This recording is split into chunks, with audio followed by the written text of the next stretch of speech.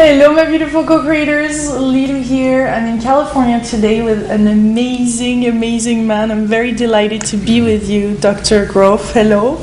Hello. Thanks for having me. Oh, thank you for having us in your own home. We're here in the Mill Valley. Mill Valley, it's called, yes. Off of the Golden Gate Bridge. It's amazing to be sharing this kind of information, you know, being right now in California and people watching all around the world. That always amazes me. It's amazing what this new technology can do. Yeah. How many people it can reach. Yeah, and how much this is part also of consciousness and raising consciousness right now around the world. The internet is tremendously helping that. Are you amazed by what's happening right now with all the years of research? I think you've researched for over 50 years. And now it's amazing to see how, you know, gradually these new ideas are accepted, although they're so challenging for the old thinking in the academic circles, for the old paradigm. Yeah. It's these kinds of major revolutions take time. You know that when Copernicus came with the heliocentric system, it took about 100 years, and the resistance was not just church. A lot of it was from the universities that they just were not able to digest this new idea. And so I think it's relatively fast what this consciousness revolution is doing. I love that you use the word conscious revolution of consciousness or consciousness revolution. Well, I actually co-wrote a book. It's a trialogue with Peter Russell and Erwin Laszlo, which is called The Consciousness Revolution. And this is happening right now? I believe so, yes. What are the signs of such a revolution? Well, actually, I think we are in a very important crossroad where there are like two major trends. One is where the Western civilization, industrial civilization is going, which is increasingly destructive and self-destructive. And then there is this major awakening happening where more and more people, you know, are opening up to the spiritual dimension that was somehow suppressed and lost during the industrial and scientific revolution 300 years ago. How did we lose it? Well, I think that what happened is there were some major discoveries made at that time that were sort of turned into technological innovations that started changing the world. And there was this enormous enthusiasm about what the reason can do.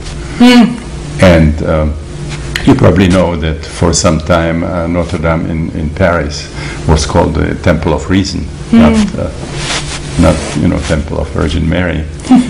So there was this excitement, almost like intoxication with the power of reason.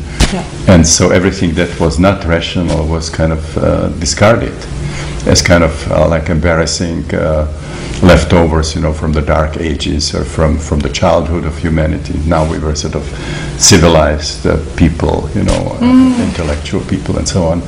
And I think what happened is that somehow the people who were involved in this didn't realize that not everything that's not rational is irrational. What the mystics bring to the world is not irrational, it's transrational. You know, I've certainly met many mystics in my world, and they're perfectly rational, but at the same time they experience certain dimensions of reality that are normally hidden, and they added it to their worldview, or they had to find integration of the traditional worldview and this worldview that comes from these mystical experiences. So I think we are now gradually sort of recovering the spirituality that we lost. You know, we have still religions. I mean, we have Christianity and Islam and so on, and Judaism, but the organized religions really don't have much spirituality in them.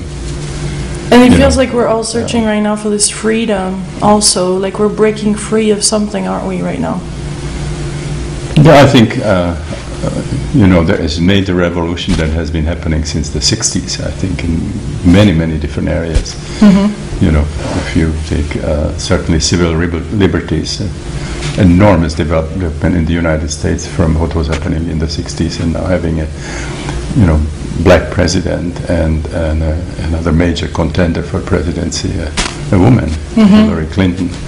And then you have major, certainly sexual revolution that's happening in very positive and not so positive ways. And if you compare the movies from the 50s with the movies from the 90s, there's really nothing that we haven't seen in the movies. Whereas in the 50s, like, open-mouthed kiss was a shocking for people. That's why it became the French kiss. Yeah. So it's in many different areas. Certainly the freedom of information, that's amazing. It's very difficult now for the totalitarian regimes to control the information. They can still do it to a certain extent, but what you see, for example, how powerful now the new media is in these revolutions happening in the Middle East and so on. Yeah.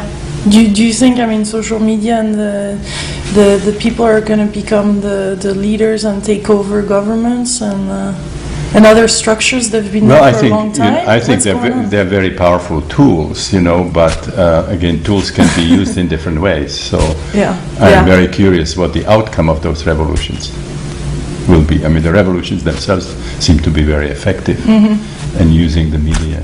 Certainly Obama's election, was successful because of the involvement of the social media. There's no question about that.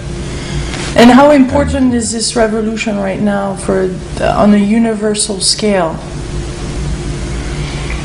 Well, what is happening? You are asking about what kind of revolution it is. I think I am primarily interested in the part of revolution that involves powerful inner transformation. That involves also what I call holotropic states of consciousness. I use that term for a certain important subgroup of non-ordinary states. It's like the states that the shamans experience as part of their initiatory journey, or the kind of states that they induced in their clients when they work with them.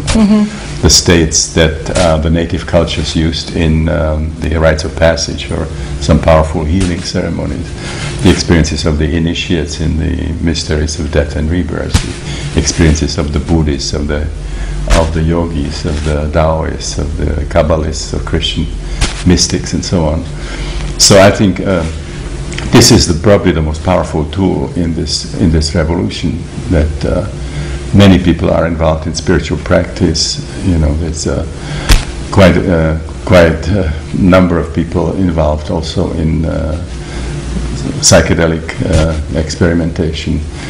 There are many people undergoing what Christina and I call spiritual emergency. It's a spontaneous spiritual opening.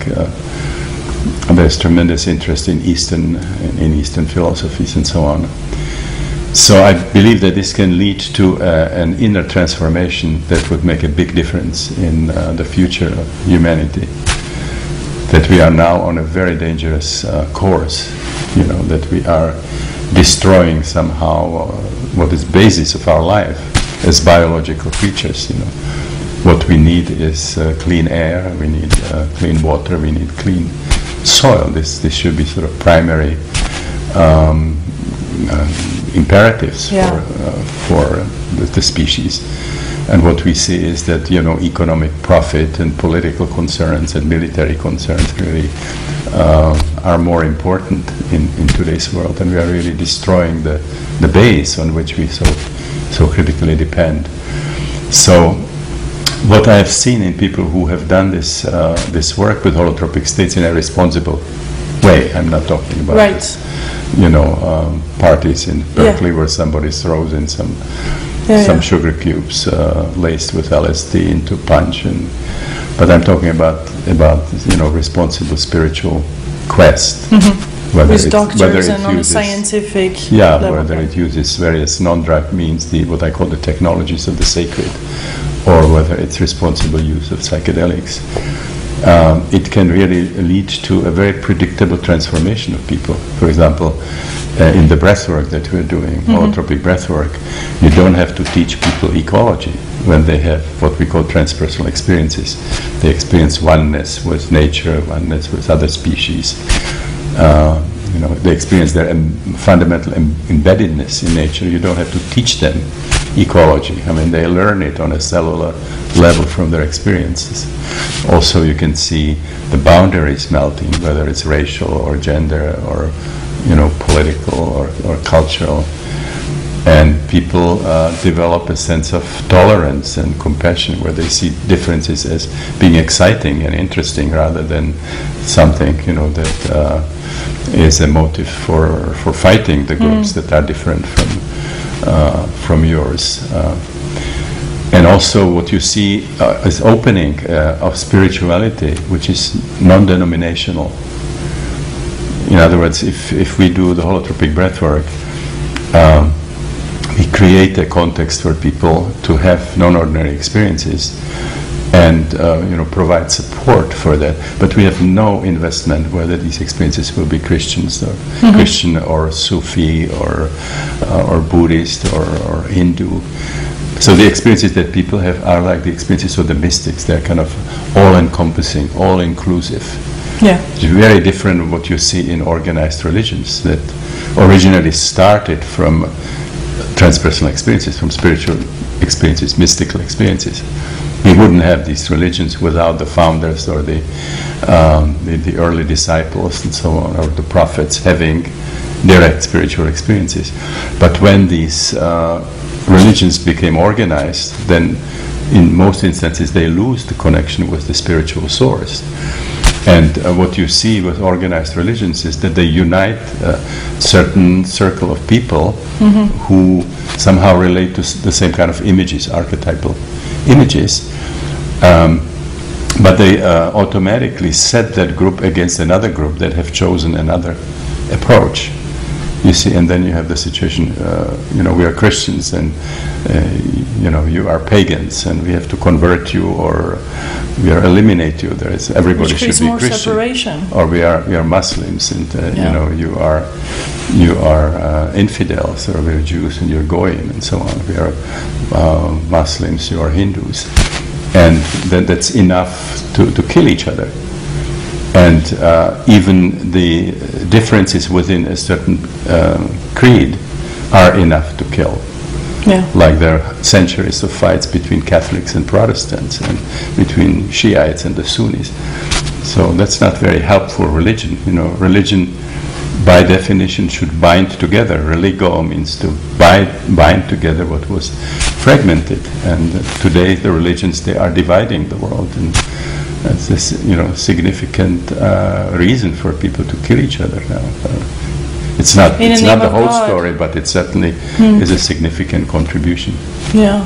So how do we get to those state of consciousness, those non-ordinary state of consciousness, though, without taking those psychedelics? You're saying we can do that through breath work as well, and to get to this place of unity. First of all, there are already powerful spiritual technologies. The Christians had powerful exercises, the Jesus prayer, for example, the hesychasm, or the exercises of Ignatius of Loyola. They're powerful Kabbalistic experiences. There's certainly yogic, various forms of yogic methods, Buddhist methods, Taoist.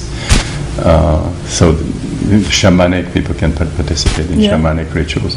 So there are all these technologies that are already available, and psychedelics are just the most powerful and tool that we have to be most careful about using, because the more powerful the tool, the more is the positive potential, but also the greater is the potential. Yeah, I just want to make it clear here, because there's teenagers, there's people from all different places in their life. You're not saying right now to take LSD to get to a place of unity and consciousness. There's other ways. You see, I have tremendous awe. I've worked for many years with psychedelics and other methods, changing consciousness. I have tremendous awe what these tools can do on both sides. I mean, psychedelics can be extremely healing and transforming if they are properly used. They can also be extremely destructive. I've seen people who, after really, very unskillful use of psychedelics, end up in a psychiatric hospital for for years or decades. So psychedelics are a tool, and the results depend on how you use that tool. So we talk about set and setting. Yeah. So I certainly would not recommend doing raves where you end up somewhere in an open space and you know that you're doing something illegal and there's possibility of police coming and there's nobody who has any kind of a sense of reality in there. Everybody's taking something. They don't know what they are taking. That's very, very dangerous. But at the same time, psychedelics have been used for centuries by various cultures in the form of psychedelic plants, for example, in Central America, South America, North America as well, the peyote rituals and so on. And they have been used, at the time when it was legal, they were used very effectively by psychiatrists, by psychologists. So they're a powerful tool, potentially very useful, but the way they're used by the young generation is just not only wasting something that would be potentially useful, but doing something that's very, very risky, very dangerous. Yeah.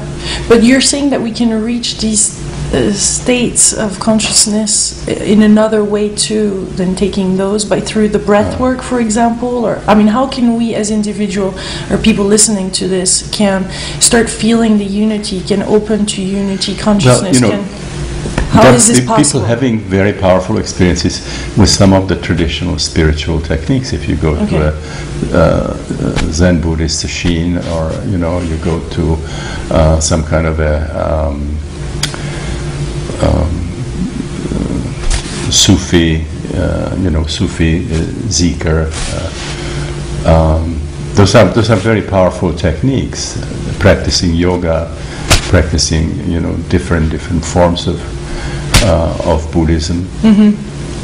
Certainly, we have also powerful methods that were developed as part of first humanistic psychology and then transpersonal psychology, and certainly the breath work that we developed, or reversing, or some other forms of work with breath. They have the potential to open these areas. Yeah. But I think what we need, first of all, is the recognition that these experiences are useful. You see, what happened is that current psychiatry pathologizes these states. So we don't have a category in psychiatry that would be mystical experience, spiritual experience. So when people have these experiences, and many people have them spontaneously, they don't have to do anything for it, they don't ask for it, they might even be fighting it, and they happen anyway. But when that happens, current psychiatry doesn't discriminate. This is psychotic experience, this is a mystical experience. We have met many people who had experiences that would be perfectly normal, very valuable in some other cultural context, and in the Western civilization, people get diagnosed if they are put on tranquilizers. And they get a diagnosis that actually is a diagnosis for life. Even if people have one episode like that and they don't have any other for the rest of their lives, they would be called psychotics in remission. So just the potential of having that kind of experience is considered pathological. And from our perspective, this is an absolutely normal potential that we all have to experience transpersonal experiences. And I believe that the need to have transpersonal experience is the most powerful driving force in the human psyche, more powerful than sex, which as Freud saw it. And if that need is not fulfilled, then it leads to various forms of pathology. So by not having those experiences right now in our society, that's how we came to this place, really, where we're at right now. Well, we have lost. I think we have lost really meaningful, experiential spirituality in this culture. Yeah. We have religion, but that has the problems that I described. Religions are not very, by and large, not very helpful in the situation, science either. In the crisis that we're in. Science either. Western science needs a whole paradigm shift. We need, very, very radical changes of our worldviews. Yeah. which has already happened, but it's very interesting that it involves more physicists than psychologists and psychiatrists. When I first published some of the observations, from first psychedelic research and then from the breathwork, the people who were most receptive were not psychologists and psychiatrists, were modern physicists. Huh. And for me, it was extremely important to meet Fritjof Capra, because I was part of a small group that was working on these foundations of transpersonal psychology with Abraham Maslow and Tony Suttage and Sonia Margulies and Jim Fadiman, Miles Wick and so on. And we felt that this psychology made a lot of sense. You see, it didn't make schizophrenics out of every shaman or founder of religion. It was very culturally sensitive. It didn't pathologize ritual and spiritual practice the way current psychiatry does. So we were very satisfied. We thought it made sense. The transpersonal psychology also incorporated all these observations from consciousness research, from psychedelic therapy, from mystical experiences, and so on. But we had no idea how that new psychology could be connected to what we knew as science. There was such a deep gap. And even if the psychology made sense in and of itself, it was very vulnerable to be called unscientific, irrational, because it was challenging some of the most fundamental metaphysical assumptions of Western science. And for me, it was extremely important to meet Fritjof Capra just after he published The Tao of Physics. We had a party. Francis Vaughan had a party here in Tiburon. And Fritjof Capra came and was meeting people from the transpersonal circles. And I just finished reading The Tao of Physics, and I knew that was the way.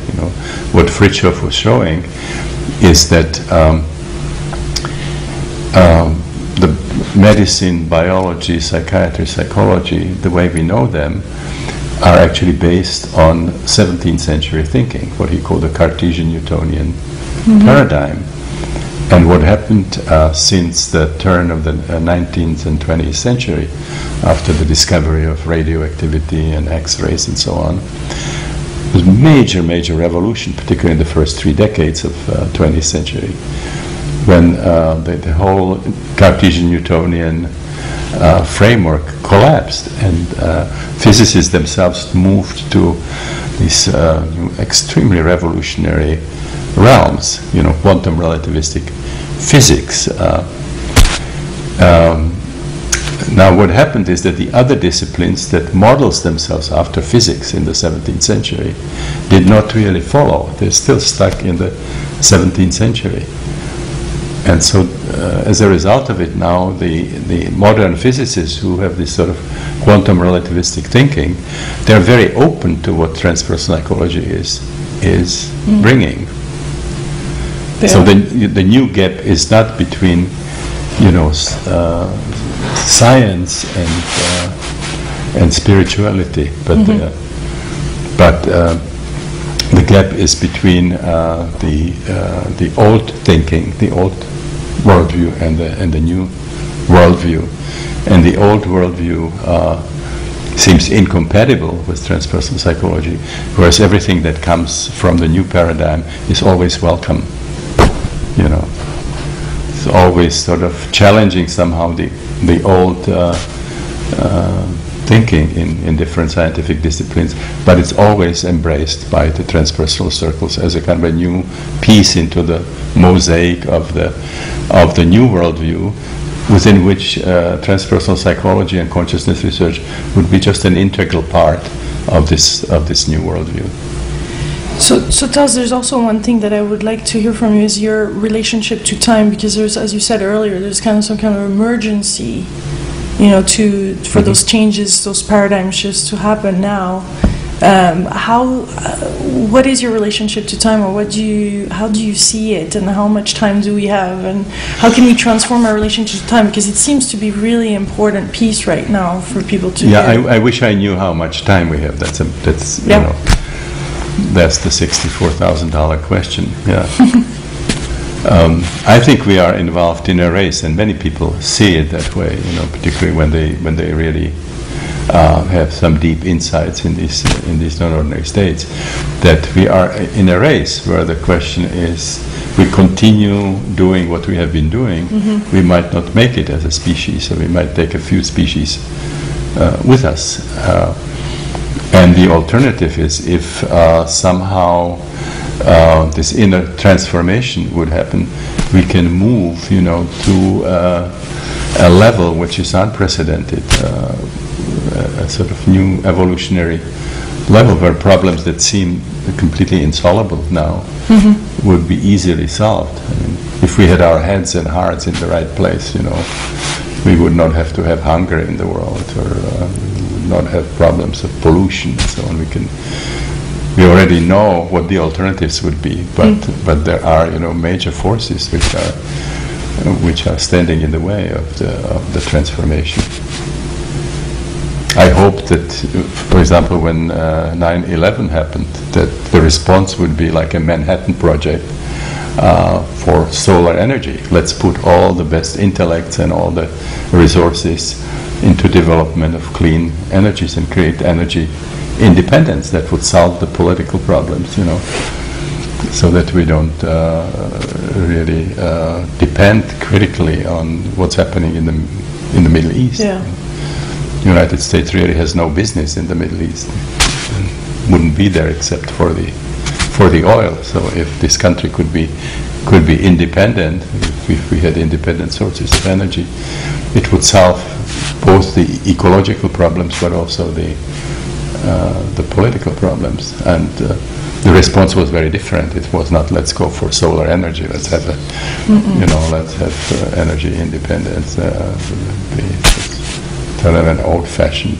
So how can we be then in life? How can we relate to time? How can we be ourselves in front of those catastrophic sometimes event, or some of those things that bring up fear, deep fear in us, and then that makes us not do the right or take the right decisions? Well, I think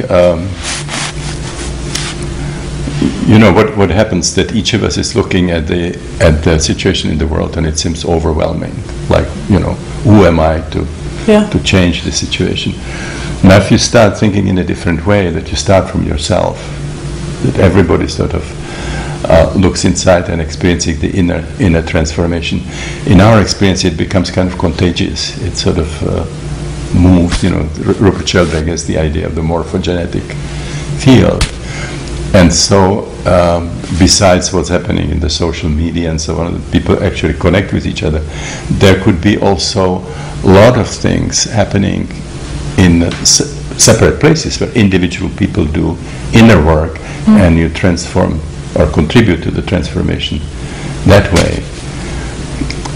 Now, we don't have really scientific proof of that, but there's a belief, for example, in India, that it's possible for the yogis who live in the Himalayas in a cave and hardly ever come out, that they actually get into states of consciousness that can influence the world situation. There were scientific experiments here with transcendental meditation, that they were showing that you can influence the criminality in a city by group meditations and so on. Pretty mind-blowing. Yeah. So, we need a new paradigm. Yeah.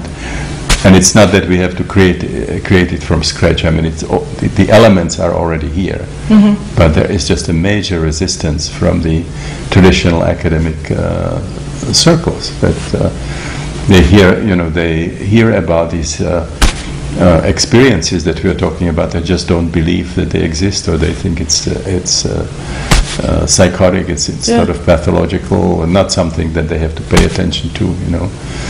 So it's a major paradigm shift, and it takes time. And I think the crucial element would be the media. Once this kind of a new information would be disseminated by the media, that would just tremendously accelerate this. But, Yeah, and by us too, you know, through those videos like what we're doing right now and them being shared online, one person shares it with another and then to another. It goes very, very fast. It's in our own hands as individuals too. That's part of this inner work, isn't it? Yeah, you know, but for this kind of transformation to happen, it's not enough to disseminate the information. It's really important, but ultimately people have to do the inner work. Yeah. People. So how do you define So inner work? ultimately, it Just has to somehow inspire people Yeah. to then do get the work involved in themselves some and- kind of yeah. activity that leads to transformation. Because usually we look at the situation and we believe that there's nothing wrong with us. It's sort of all the other people. But if you do the inner work, you discover that we all carry the shadow that Jung was talking about. And that, you know, in some maybe not very obvious and more subtle ways, that we all contribute to what is happening. And So what is happening right now is what's also happening in here. It's a mirror. What we have in our reality, what we live in our reality, what we're seeing in the world. I think what is happening is a projection of these areas that we are not looking at. For example, when somebody would go through what we call the psychospiritual death rebirth experience, which is one of the major patterns of that transformation, it seems to involve looking at your own biological birth and dealing with the emotions and physical energies that are still stored in the unconscious psyche and are influencing how you feel about yourself, how you feel about the world, what you think should be your behavior, and so on. And there's a distortion. There's a sort of a certain unhealthy element, you know, in our lives. In some people it's more significant than in others, depending how much of that material is in the psyche and how close it is to consciousness. But if we do it, if we do this inner work, that psychospiritual process of death and rebirth has certain stages. I talk about it as basic perinatal matrices. And that the first matrix would be related to the situation where we are still in the womb. The second matrix would be now when the uterus closes and we are in this kind of a no exit situation. And then the third matrix is the actual struggle through the birth canal to come out. And then the fourth matrix is coming out. Now, if you look at the third matrix, it has sort of a certain experiential qualities. For example, there is a lot of aggressive imagery that emerges, images of wars and fights and struggles and so on. There's a lot of sexual images, so a kind of an, you know, it's not Romeo and Juliet, kind of it's you know, very, very problematic sort of images that have to do with sexual violence, sexual aberrations, with red light districts and so on. Situations where people use the other partner, you know, for their own satisfaction without any kind of emotional connection and so on. There is a situation where we encounter this biological material, you know, I call it a scatological. Scatos means like dung or excrement and so on. So there is that stage as we are coming out and we are sort of covered by all that stuff. Now there are certain elements in this that we see now actually enacted in the world. For example, you see a tremendous unleashing of aggression now. You know, the world is becoming more and more dangerous. The terrorist movement and so on. And if you look at the American cities, they are sort of becoming increasingly less safe with all the drug traffic happening and so on. Now, if you do it internally, you would experience this sort of unleashing of these aggressive images, but you would not be hurting anybody. You would be just processing it. You would be purging it out. You would be cleansing that. At the same time, you would experience a lot of sexual imagery again, and again, this would be part of the purging. Now we see it also happening in the world. I mentioned, if you compare the 50s and the 90s and the kinds of things happening in San Francisco in the underworld and so on, it's quite amazing. So there is this unleashing of this repressed sexual impulse. Then we also see this pollution, this sort of scatological element happening in the world. If you look at all the industrial dumps and so on, and all the problems that we have in that.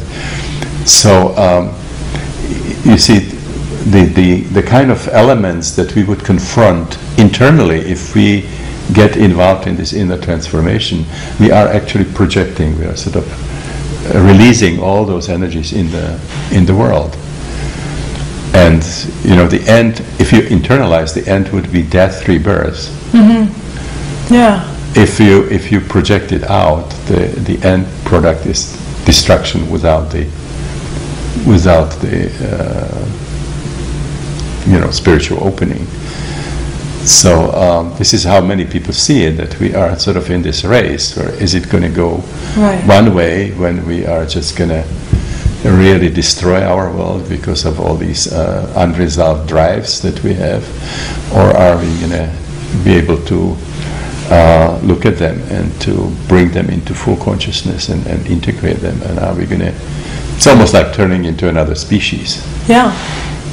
People whom I have seen really successfully completing this kind of process, they seem to be like members of a different species, or it's like coming from Star Trek, from the value system of the galactic federation there in Star Trek.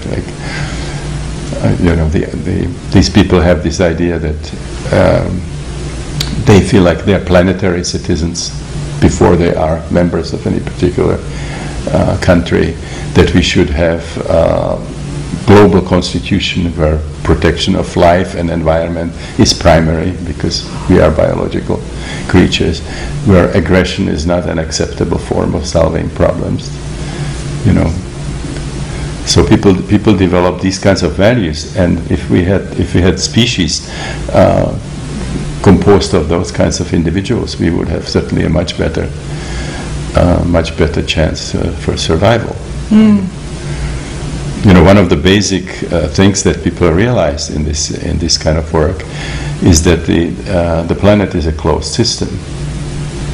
So what we are doing is that turning non-renewable resources, the fossil fuels, into pollution is a one-way street. Whereas the way nature was operating before, everything was being recycled. Everything that was created was also destroyed and became the building material for something else.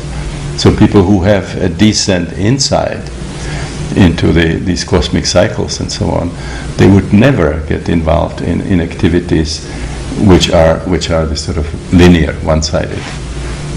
You're increasing the pollution of air, all the industrial products. Some time ago I listened to an interview of a woman who was an ecologist, and she mentioned it's just part of the things that they discovered in the Pacific Ocean, an island of floating plastic of the size of Texas. Really? So, if we continue doing this kind of thing, it would not take a very long time.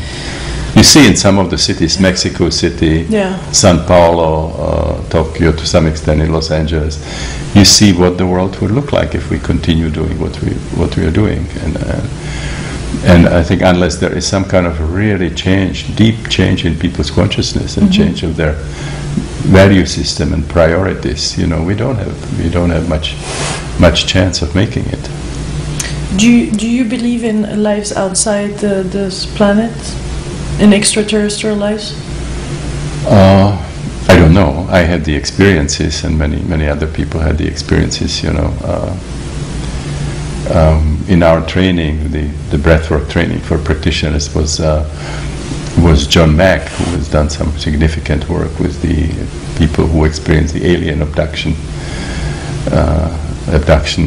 experiences, and he was on all the talk shows and wrote books about it, like abductions, and one was called the passport to the universe, and so on.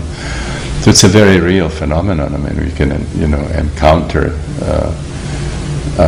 these supposed visitors from other worlds. Or supporters? Are they supporters? Yeah, well, what's happening right now? I think that the most likely explanation for that is that it's those are manifestations from the collective unconscious. Carl Gustav Jung wrote a book about it on the UFOs, and this was his perspective. I think many of them have sort of certain characteristics of the kind of figures that you find in the mythologies of different cultures and so on. So part of it could be seen as just a mythology for our time, but the experiences are very real, and they have what Jung called psychoid quality, because sometimes, first of all, it can involve more than one person. There's a consensual validation that they all agree that they have experienced or seen something. And the other thing is that it's frequently connected with events in the physical world. There was a situation where there was a Japanese 747 flying over Alaska, and they all saw the passengers saw a spaceship, and the trained crew, saw a spaceship following them, and the radar on the ground registered two objects, and then it was a sensational situation, headlines, and when the radar operator saw it, he sort of denounced it. He says, well, he already checked the record, and on careful scrutiny, that second point was just an artifact. Only that one thing was here. But what's this interesting synchronicity between what they all saw on that plane, and what was appearing on the radar? Or sometimes people see, this flying saucer landing, and they go there in the morning, and there is a burned circle there. So there are these kinds of strange synchronicities. For me, the most moving evidence was John Mack traveled to Africa when there was a report about a school of African children, a teacher and a class saw flying saucer. He interviewed them quite independently and made a video about it. And they were certainly not children who were influenced, by our own news here, media, and so on. And it was seemed so honest and so real what they were talking about. Yeah. So we might not be the most intelligent thing in this entire universe. Well, I don't know what it is. I just know it cannot be dismissed as some kind of misinterpretation of some meteorological phenomena, or that these people hallucinate, they're crazy. It's time to bring it up. It's too simple. It's a phenomenon for which we don't have any kind of explanation. And John Mack, who actually he is dead, he was hit by a drunk truck driver in London when he was crossing the street. But he started, as a result of it, he started something called PEER, which was an organization studying anomalous phenomena that current science has no explanation for. And this phenomenon certainly would belong there. So, it's very baffling for us. I'm great aficionado of these books of modern physics, and Michio Kaku is a very, very interesting writer, and he writes about hyperspace and the possibility of visitations from other planets, or traveling to other planets and so on. And it's a very, very fascinating material. But if they were coming, if they were real visitors, they would have to have technology that we hardly can imagine, or maybe we have some intimation of what would have to happen. The distances are such that they would have to enter into hyperspace and re-enter, or reaching velocity exceeding speed of light, or But that must so intrigued you as a scientist to... Well, I know it's experientially, it's real. You know, Yeah. I mean, many people had in the breathwork had the experiences in psychedelic sessions. I have had. Yeah. I wrote a book called When the Impossible Happens. Oh, yes. Yeah. Which where all the stories are stories of you know, describing events that should not be possible if the monistic materialistic science were right in terms of describing the world. And I describe some of my own experiences of the extraterrestrial intelligence. So, you know, where it's coming from, I don't know. It's a very real phenomenon. Yeah. And I love what you say, and this is really, I know we spend a great amount of time with you here, and it's such a delight, you know, to share all this information right now with everybody. And I just love, it's so great to hear all this, and we need to hear all this right now. And we are evolving as a new species. We're ourselves, you know, our DNA is transforming, our capacities are increasing, our telepathy is increasing, and it seems like the internet too is a big part of that in helping us to communicate in new ways, and new things are possible. Everything is possible these days, isn't it? And very fast. The impossible is possible. Yeah, it's amazing. I mean, these new technologies started approaching or mimicking psychic phenomena, you know. Now you can sort of see what's happening anywhere in the world, you know, when you have a satellite. And when we were in Big Sur, we couldn't get a signal there, the regular signal, so we had the satellite dish. And so besides the ordinary channels, we also get the feeding channels, where these different stations have people in different parts of the world, and when things are happening, they are sort of filming it and they sending it to their stations, so you can see in real time what was happening in, you know, in India or Pakistan or in the Middle East and so on. Or you have cell phone, you can communicate. You know, before the idea what the psychics can do, psychics can sort of connect with somebody, the other part of the world, you know. Or you can see now in your iPhone, you can see any part of the world. You just you know, ask for what you want to see, and it comes, and then you can sort of amplify it to the point. I mean, you can find our house, for example.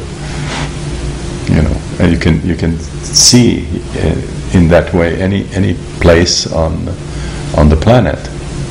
Before there were some reports about remote viewing, some of the experiences that were done at Stanford Institute, where there were, you know, people like Ingo Swann who were able to sort of tune into it psychically and then describe a place somewhere on the surface of the planet. Now anybody can do it, you know, with these. Yeah, and soon we might not even need these anymore. Yeah, that's, maybe it's preparing us for. That's what you're saying, right? That maybe it's preparing us for another way of communicating without those devices and without. Well, you know, there's certainly that trend, because there are situations like certainly near-death situations, certainly these abduction experiences, but also people who have just psychedelic experiences, so the holotropic experiences, the level of intuition increases, the incidence of ESP phenomena. So we certainly have that capacity, you know. And we knew Anne Armstrong, who was a phenomenal psychic. She used to come to our months-long workshops at SLN, and she was actually teaching the groups how to cultivate their own ESP, you know. The idea was that everybody has that capacity, and it can be like anything else, it can be cultivated.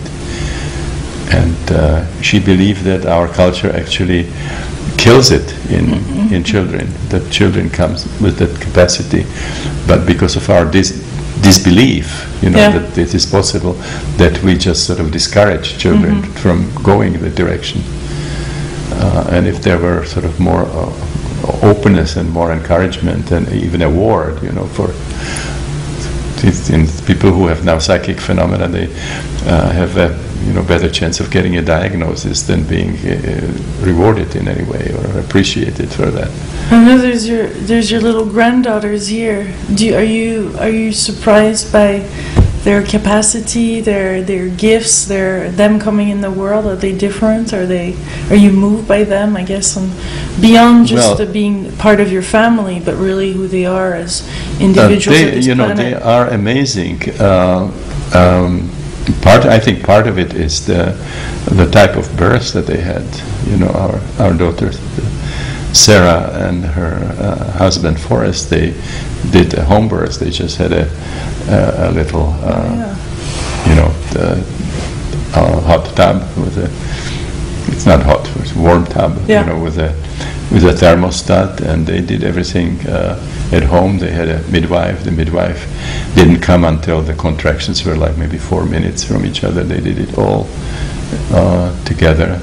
We were actually invited to this last birth. We were, Christine and I were there kind of holding the space, and so just this type of birth, unhurried, no bright lights and so on, and no machines beeping. Yeah, a lot of a loving environment that certainly would make a big difference. I believe that, as I mentioned, that the birth trauma plays really a major role in our unconscious, in that part that Jung called shadow, that we carry a lot of difficult emotions and undigested sort of physical energies, unreleased physical energies. And that how we conduct birth really makes tremendous difference in people's future lives. And also the postnatal care, certainly the nursing and all those things make a big difference. And they also come, you think, with higher vibration, or just a bigger capacity to be telepathic, or it seems like it's a new kind of children too being born, beyond just the birthing way. Well, it's also, I believe that for the indication that we have from people reliving the prenatal state and so on, that in the prenatal state there is connection to the whole, to cosmic consciousness, to the larger matrix, to the transpersonal realm. And if you have easier birth, if it's handled better, then part of you sort of remains connected there. Whereas if it's a very kind of a brutal, traumatic experience, it kind of tends to cut you.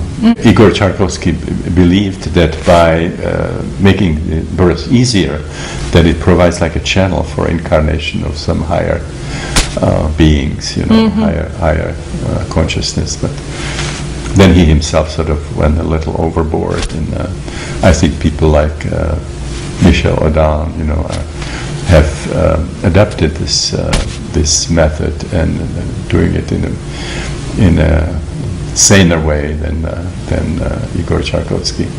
One of the things Igor Tchaikovsky did, he bound the hands of the children behind their back and let them swim. They had to swim like long distances and so on. And also dunking them in freezing water. He wanted to create a kind of a higher species. Wow. But I think that element of underwater birth is a very, very interesting and very healthy kind of phenomenon. So are you at a place of excitement right now for where are you at in your life, for what's going on and what's happening, and just in general? Well, I think it's an extremely interesting time to be alive, and you can see that this period that we are experiencing now is very unique. I mean, there were sort of ideas about the end of the world, but it was never a real possibility. It would have to be some really major, either cosmic catastrophe or some kind of a supernatural intervention. But now we are in a situation where we really can either have a completely different humanity and a completely different planet, or we might really destroy ourselves. I mean, there's some of the major things, which is like the nuclear nuclear weapons and so on, but then you have the industrial pollution and all kinds of other things that are probably more subtle, the things that we put in our food and so on, how it's going to influence, heredity, how it's going to influence incidence of some diseases. There's some studies showing that maybe brain cancer might have something to do with the use of cell phones. That increases the vibrations that we are exposing ourselves to. That's going to be big scandals in the future, aren't they? Those cell phones. It is huge. The information is not being shared again on that level. Well, the idea is that we created this just enormous amount of electromagnetic vibrations of various kinds, all the powerful television stations, radio stations, and then all that's happening with the cell phones and so on. Biology is not equipped for that, so we don't know what kind of impact this is going to have. Yeah. But this is everything happens and it's perfectly timed and all is well for us to birth something new right now in this new species. So I think if we let's stay on the positive note. Yeah, if we could, if we could go through this powerful inner transformation, I think many of these problems would seem to be easy. Mm-hmm. Whereas now it's like walking through molasses if you want to achieve some kind of an improvement. I would have a lot of hope for humanity that would be composed of the kind of people that I have seen, really changing internally, moving to a very different way of being and developing a different kind of system of values and different life strategy. Who is a person that we all know in like public domain that would incarnate those values right now, that you admire and that you recognize and that you're like, this is a great example? Well, this I don't know that it would be somebody whom I have seen going through that process, but certainly I admire very much His Holiness the Dalai Lama. I admire very much Václav Havel, the ex-president of Czechoslovakia, whom I had a chance to meet personally. So there are people like that. Certainly Mandela is a person in that category. So if we had statesmen, of that kind of quality, I think things could happen. Mm-hmm. But I've seen, what I'm talking about is ordinary people who've been in our training, and I've seen them, really changing dramatically their way of being and looking at the world. And what an inspiring life you have! What a juicy life! This is what the Juicy Living Tour is about. What is? This is what the Juicy Living Tour is all about. You have a juicy life, seeing those transformations, seeing people rebirth and changing their lives is amazing. I think we have had very interesting life. Both Christina and myself. Not always easy, but certainly very fulfilling in the heart. Yeah, I think I would not trade it easily. Thank you again. Well, thank you very much for having me. Thank you for this moment. It's been very, very great. Thank you. Actually, my beautiful co-creators, this was an awesome interview with Dr. Grof. Thank you so much. If you want to see more interviews, you can go on juicylivingtour.com. Bye-bye.